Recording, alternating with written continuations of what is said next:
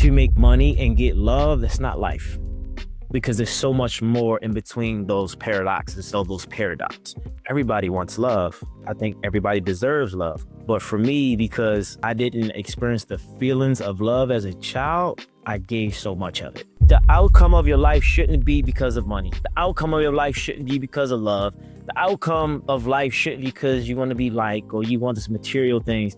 It should just Spiritual Fitness Podcast. I'm your host, Eric Bigger, and I'm back again with another episode.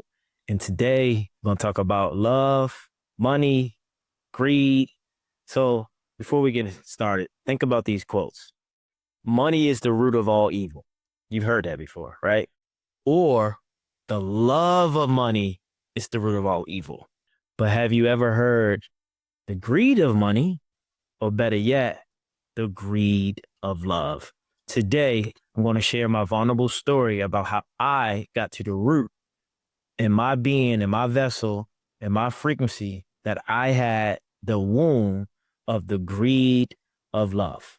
Stay tuned. But I want to give a shout out to Simplified Impact, who is responsible for all my marketing, SEO, website, and YouTube and podcast.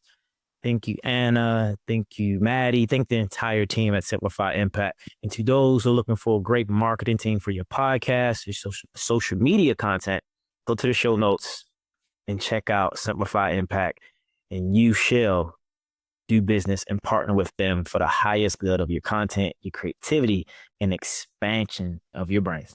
So let's get into this episode. So what triggered, or what gave me the intention to talk about the greed of love?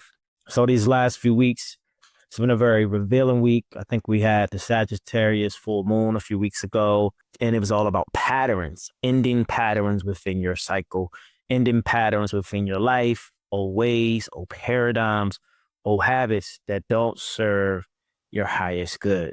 And I was aware that there's a pattern that keeps coming up, and beneath it all is fear, right? Fear of loss, fear of not being seen, fear of not being liked, accepted, all these things. So before I get into the details of that, I want to share a vulnerable story that allowed me to open up that part of myself to those I love and the people I trust. So over maybe 3 weeks ago, I was with my girlfriend and we were celebrating her brother's birthday. And, we had to blow up balloons. You blow up a balloon, everyone blows up balloons. So as we're there, she's there, her brother's partner's there, and it's me. And we're all blowing up balloons. But guess what? I've never blown up a balloon in my life. And I know you're listening like, what? Like, yeah. So my girlfriend's like, what you mean you don't know how to blow up balloons? I was like, I don't know how to blow up a balloon. She's like, stop, you're playing. And then her brother's girlfriend was like, stop playing, blow it up. And so they're blowing up balloons. So mind you, I'm the man in the house. I'm there helping setting up, and I literally cannot blow up a balloon. And I felt so powerless because in that moment, I couldn't act as if nothing was happening. So I felt low. I felt powerless. I felt shameful that, damn, like you can't even blow a balloon yet. All these things, you have all this knowledge, you've been on TV, you've written books, but you cannot blow up a balloon. Those are my thoughts, talking to myself, judging myself. So then her brother comes home and, we're blowing up a balloon. He's like, bro, you can't blow up a balloon? I'm like, nah. He's like, get out of here. I've never heard that a day in my life. So in that moment, he was joking and he started blowing up like the balloon. And he was like, hey, use your core, like breathe. You do breath work, right? Breathe. And so I started to kind of like take it in, listening, and I blew up the balloon. And I was just like, wow. So weeks after that, I had a conversation with my girlfriend. I was like, man, you didn't understand how healing that was for me. And it was emotional. And I didn't know how to say it in that moment, but me allowing me to be seen for the embarrassment of that moment, even though she didn't know in that moment, but what it felt like, I was able to release that energy, to acknowledge that truth of where I was at, to get to the point of where I'm at today about this episode. And I think in life, we put things on a pedestal. We damn sure put money on a pedestal, and I know we put love, right? So a lot of times when we're out, we're chasing money beneath that is something else we really want. And I think in most cases is to be seen, to be felt, to be heard, right? Like I think it's all encompassing in that moment. And then you get people who get all the money, but yet they're not happy, they're not fulfilled, they're still complaining. Because at the root of that, because I believe in root work, not branch work, there's something that needs to come up, that needs to be revealed, that needs acknowledgement, that needs awareness. And most times it's a blind spot, right? Like for me, it was deeply unconscious. It was a wound that's been there since a child. Definitely was a blind spot. And, through that conversation, I did another about meditation, and I started like being nature more these last few weeks. And I was just connecting to myself. I'm like, And there's something called the Gene Keys by Richard Rudd. And I was reading up the keys within my chart. And the Gene Keys is like a system like human design meets astrology, but it's more like integral, like more detailed of like the details of your soul and your energy archetype. And one of these keys, I think it's Gene Key 54, has this notion of love, the greed of love and money. So when I started processing, as I'm contemplating, as I'm listening, and I'm just really just trying to be present to try to get everything out of me so I can understand how I can proceed forward in my life, in my body, in my mind. Everything at the root of my life is because I've been greedy for love. Now, the question is like, everybody wants love. I think everybody deserves love. But for me, because I didn't experience the feelings of love as a child, I gave so much of it. So I was willing to do any and everything, of course, in a healthy way for love. Get good grades, be nice to people, be kind, people please, overgive, over nurture and take care of people, be successful, look a certain way, all because I wanted love. I just wanted to feel it. So in my space and my time in Hollywood, I was making money, I was successful, I was doing these things. I'm like, why do I feel like none of this stuff matters? Like I got these things, I have this success, I've done this, I've done that, I accomplished these goals, but yet I don't feel whole. I feel empty. I feel off. I don't feel in alignment.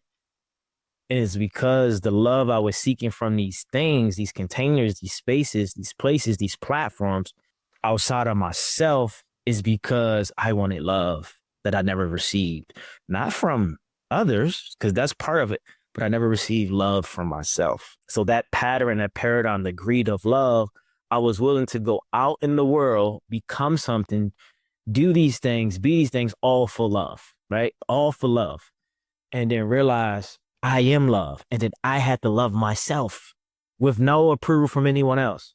And when I got to that, it was like it alchemized me and like released this energy into the cosmos where I was like, wow, I gotta talk about this. Because how many of us right now, where you are, I don't care how much money you got in your bank account, how much love you have in your life, success, what is the root of our life? Is it the greed of love? Is it the greed of money?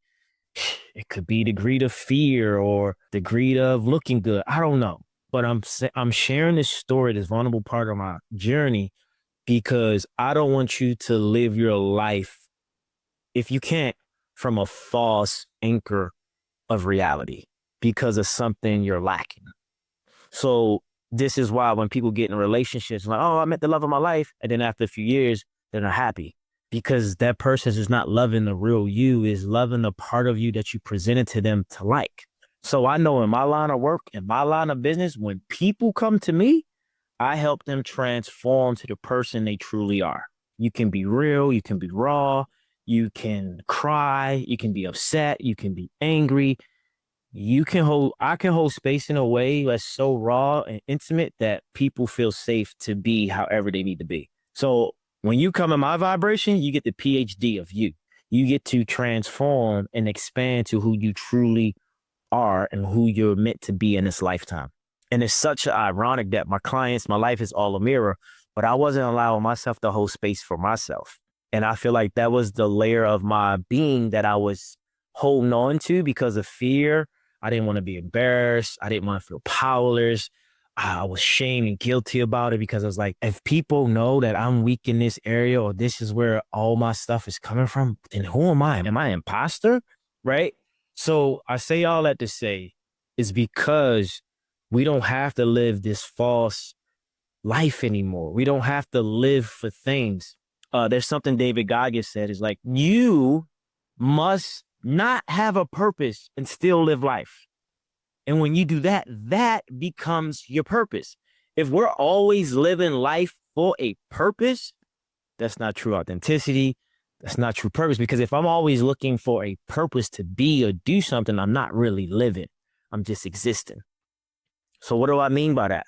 The outcome of your life shouldn't be because of money. The outcome of your life shouldn't be because of love. The outcome of life shouldn't be because you want to be like or you want this material things. It should just be that you're here having a human experience to evolve to the person you're called to be in this lifetime. One of the ways, I think the truest way to get to that is get to the root of your suffering, get to the root of your truth that you don't want people to know, your vulnerability. I'm being vulnerable right now about a story that's present in my life because it's alchemizing my soul to step into a higher version of myself where there's no fear in my energy field. Because there's something called energy leakage. You can have all this positivity, you can be great, you can amaze, but in the shadow part of that good energy is some fear because you don't want to show a part of yourself because of fear, embarrassment, shame, guilt. But I'm here to tell you, whatever you're fearing right now, no matter what it is, if you can find a space in your life, you know, because my girlfriend was there, my cousin, these two people held space in me and they didn't judge me and they've made me feel safe. Whatever that part in your being in your life where you afraid to open up that door, that darkness, or that space you closed off because of the past of years, get someone, a therapist, a friend, someone close that's not going to judge you, that loved you for you and not what you can do for them, that you can share that experience, you can share that truth so you can release that energy out of your body. You can release that energy out of your mind. You can release that energy into the stratosphere and then that fear doesn't have power over you. Now I know, having a wound of the greed of love, I'm not greedy for love because I am love. I love myself unconditionally no matter what. So I don't have to go do things to get love anymore. Or I get to ask myself when I'm doing something, what am I doing this for? Am I doing this to be liked? Am I doing this to be loved? Am I doing this for money? Like, what's my purpose? If I'm only living life to make money and get love, that's not life.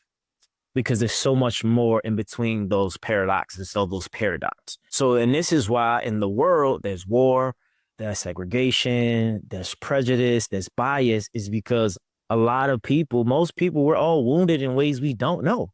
So our wounded self is coming through in different ways. It could be in our relationships, it can be in our speech, it can be in our posture, it can be how we look at money, it could be how we look at the opposite sex, how we look at people who are different. We're all wounded in a way we might not know. And this is why transformational work, healing work, spiritual fitness work, right, is important because you're allowing yourself to get to the truth of your being, of your essence, to figure out, okay, I have this, but I'm hiding this. So how do I bring this with this hidden version of myself together where I'm not dropping this, I'm bringing this and I open it up, right? And I can see it and I can look at it without judgment. I can love this part of me. I won't feel shame or guilt and say, okay, this is where I'm at. Now I can get to the next level, right? That's it. We got big dreams. You have big dreams. I know you do because you wouldn't be watching this or you wouldn't be listening to this. So I want you to be big about the part you run from. Be big about the part you're afraid of. Be big about the part that you have so much fear in. Some of us, like for me, we have a problem with receiving without resistance or receiving without giving something in return. There's a block there. I was telling my girlfriend, we was having a conversation about, and I'll finish on this, that celebration is the highest form of gratitude. Celebration is the highest form of gratitude. So in my life, I'm so good at celebrating others. I'm so good at pouring into people. I'm so good at giving and I'm excited about it. But when it comes to people being excited about celebrating or giving to me, I shun away. I hide. I get small. It's like a dog with a bone. It gets his food and goes in the corner. He looks around like, leave me alone. Because my nervous system, my body is not fully expanded in a way where it feels totally safe to receive a celebration. Because unconsciously, what are you trying to do? What are you trying to get up over me? Or what are you trying to control, to manipulate? That's because childhood is where the environment I grew up in, the things I saw. So me always protecting myself. So when that's a survival mechanism, that's protection, that's fear. It's not love, it's not faith. So I say all that to say, people, let's get to the root of our suffering. Let's get to the root of our being. Let's get to the root of our truth so we can move it through us and not control us. And that cloud of fear or shame or guilt is not controlling every decision unconsciously. It's bigger than me. It's bigger than us. This is for we. This is for the collective. This is for everyone who needs this. And I want you, if you're ready, because it's all timing, right? You got to be ready to receive the truth that you don't like. You have to be ready to receive the thing that makes you uncomfortable. And sometimes crucial conversations, uncomfortable conversations, or awarenesses doesn't feel the best. But when you just let it move through your body and you don't spiritually bypass that feeling, you alchemize that energy and you transmute it and you gain more wisdom. You get soul wisdom. And that's what I received in that moment. And this is why I wanted to share it. So if you like this podcast and you think this was viable for you, share this, subscribe to the podcast, subscribe to the YouTube, subscribe like right now, share this. And listen, we're all one. Doesn't matter what's going on in the world, war here, hate there. We're all connected because guess what? Just like you can have all these great parts of you, if you don't bring the parts of you that you don't like, that you don't give attention to, it's going to affect you. Doesn't matter what you think or what you have or what you believe. It's all part of your entire ecosystem, your multi-dimensional technology, which is your body. And the body keeps the score and it holds everything in and you can push things out. So with that being said, thank you for listening. Spiritual Fitness Podcast, another episode. Share, subscribe, like. And don't forget to hit the show notes. Follow me on Instagram at Eric Bigger, TikTok as well, my Threads account, and check out Simplify Impact. I'm out. Peace and love.